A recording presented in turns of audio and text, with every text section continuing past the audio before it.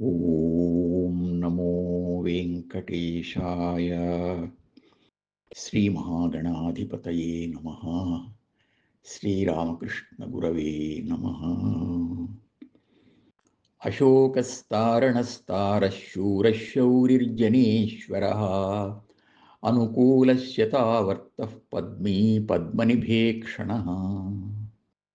శ్రీ విష్ణు సహస్రం 37వ శ్లోకంతో నామస్మరణ చేసుకొని భీష్మ ఉపదేశం వినబోతున్నాం. వార్ష్ణేయ అధ్యాత్మం అనే దాన్ని విని ధర్మరాజు చాలా తేలికైన మనస్సు గలవాడయ్యాడు. మనస్సు చాలా తేలిక పడింది. అప్పుడు ఆయన తనలాగా ప్రజా పరిపాలకులైన వారు ఈ జ్ఞాన మార్గంలో ఎలా ప్రవర్తించారో తెలుసుకోవాలి అని అనుకుని భీష్మునితో, పితామహ, మిథిలాధిపతి అయిన జనక మహారాజు ఏ ఆచరణతో ముక్తి పొందాడో దాన్ని తెలియజేస్తారా అని ఆసక్తితో అడిగాడు. భీష్ముడు సంతోషించి ఉత్సాహంగా చెప్పనారంభించాడు. ధర్మనందన, దీనికి సంబంధించి ఒక సంఘటన జరిగింది, చెబుతాను విను. జనక మహారాజుకు మంత్రులు 100 మంది. వాళ్ళు ఒక్కొక్కరు ఒక్కొక్క విధంగా తత్వశాస్త్ర విశేషాలను చెబుతూ ఉంటారు. ఆయన ఎవరేం చెబితే దాన్ని సంతోషంతో అంగీకరిస్తూ ఉండేవాడు. ఒకసారి పంచశిఖుడు అనే మునీశ్వరుడు జనకుని ఎదుటనే ఆ 100 మందితోనూ వాద ప్రతివాదాలు చేసి వారిని ఓడించాడు. ఆ పంచశిఖుని విశేష జ్ఞానానికి చాలా సంతోషించి ఆ రాజు ఆయనకు నమస్కరించి తనకు జ్ఞాన ప్రబోధం చేయమని ప్రార్థించాడు. ఆయన దయాపూర్ణ హృదయంతో ఇలా ఉపదేశించాడు. రాజా, అవిద్య లేక అజ్ఞానం, దీనివల్ల కోరిక పుడుతుంది. కోరిక తీర్చుకోవాలి అనుకున్నప్పుడు కర్మ ప్రసక్తం అవుతుంది. ఆ కర్మే అదే పునర్జన్మకు కారణం. ఇది సూక్ష్మం. ఈ విధంగా తత్వవేత్తలు చెబుతారు. గట్టిగా అతుక్కుపోయిన అజ్ఞానానికి లోభం, మోహం అనే దుష్ట సాంగత్యం ఏర్పడడంతో ప్రపంచంలో కర్మబీజాలు మొలకెత్తి క్రమంగా మహావృక్షాలు అవుతున్నాయి. ఇష్టమైనవి, ఇష్టం కానివి అని హృదయంలో పెద్ద చిక్కుముడి ఏర్పడి అది విడదీయడానికి వీలుగాక ఒక పని సవరించడానికి ఇంకొక పని, ఇలా కర్మ పరంపర కొనసాగిస్తూ తన శరీరం నలిగిపోతున్న మాటే గుర్తించలేడు ప్రాణి.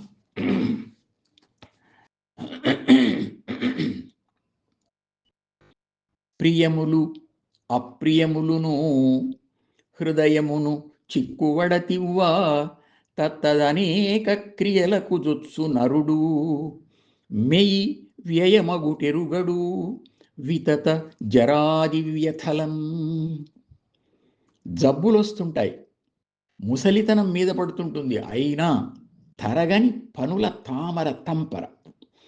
ఈ కర్మ బంధం విడిపోవడానికి మొదట అశాశ్వతమైన వాటిని గుర్తించాలి. ధనం, భోగాలు, బంధువుల అతి సంసర్గం మొదలైన వాటిని మెల్లగా దూరం చెయ్యాలి. మనస్సు శాంతమవుతుంది. ఆ మనశ్శాంతి ఎంత పెరిగితే అంతగా మనం ముక్తికి దగ్గరవుతాం అని పంచశిఖ మునీంద్రుడు చెబుతూ ఉండగా జనకుడు, స్వామి, కేవలం ఇటువంటి వైరాగ్యం వల్ల ముక్తి వస్తుంది అంటే మనస్సులో విరక్తిని పొందిన ప్రతి మానవుడు మోక్షం పొందుతాడా అన్నాడు. వేదవేత్త అయిన పంచశిఖుడు ప్రశాంతంగా ఇలా సమాధానం చెప్పాడు. రాజా, వైరాగ్యం అంటే సత్వరజస్తమో గుణాల ప్రభావం లేని సమస్థితి, అంతేగాని వాచా విరక్తి కాదు. మానసికమైన అనుభూతిపూర్వకమైన సామ్యస్థితి వైరాగ్యం.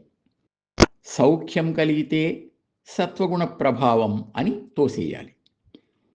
అలాగే దుఃఖం కలిగితే రజోగుణ ప్రభావమని, జడత్వం సోమరితనం కలిగితే తమోగుణ ప్రభావమని తోసేయాలి. తాను ఎప్పుడూ ఆత్మానందంలో ఉండాలి.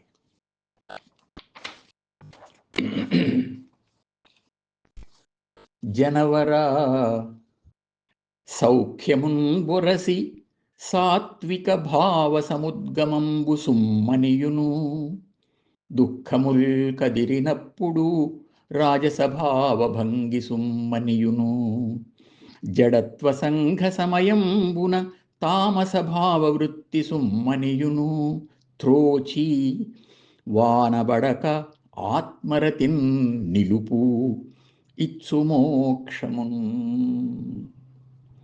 తాను ఆత్మానందంలో స్థిరంగా ఉంటూ వస్తూపోతున్న సుఖదుఖాదులను త్రిగుణ వికారాలుగా తోసేయాలి. ఈ స్థితికి ఆధారంగా నిలిచేటంత దృఢమైన స్థిరమైన మానసిక ప్రవృత్తి అది వైరాగ్యం.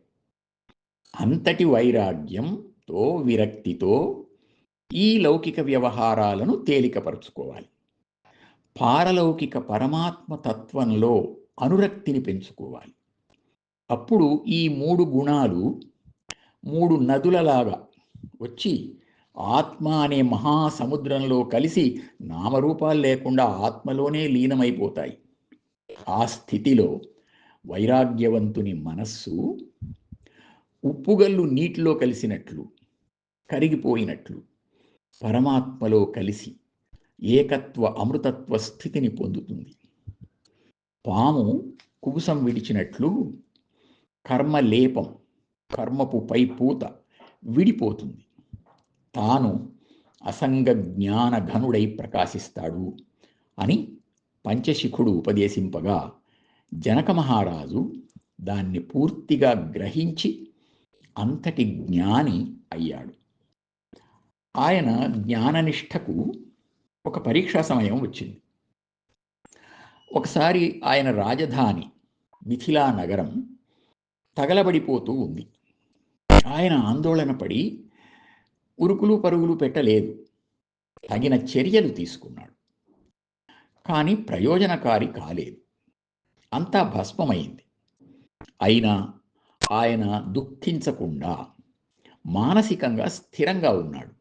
అది జనక మహారాజు జ్ఞాన ఆచరణ అని భీష్ముడు వివరించాడు. ఈ కథాభాగం వివరాల్లోకి వెళ్తే, ఒకప్పుడు జనకుడు వశిష్ఠ మహర్షి ఆశ్రమంలో ఇదే విధమైన జ్ఞానబోధ వింటున్నాడట.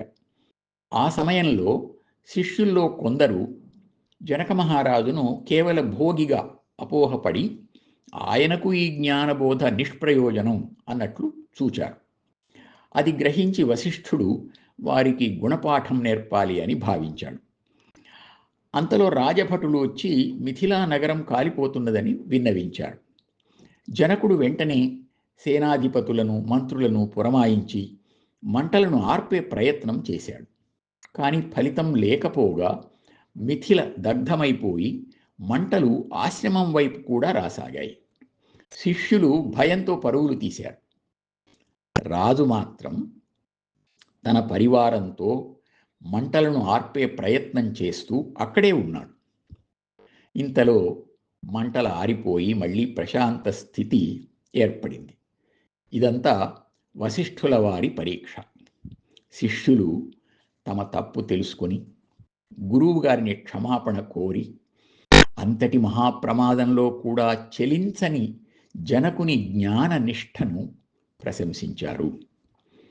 రాజై ఋషి అయి అట్లాంటి రాజర్షి అయినటువంటి జనక మహారాజు జ్ఞానాన్ని ఆచరణను తెలుసుకొని ధర్మరాజు దుఃఖంలో నుంచి తేరుకొని కర్తవ్యోన్ముఖుడు అయ్యాడు. ఓం నమో వెంకటేశాయ.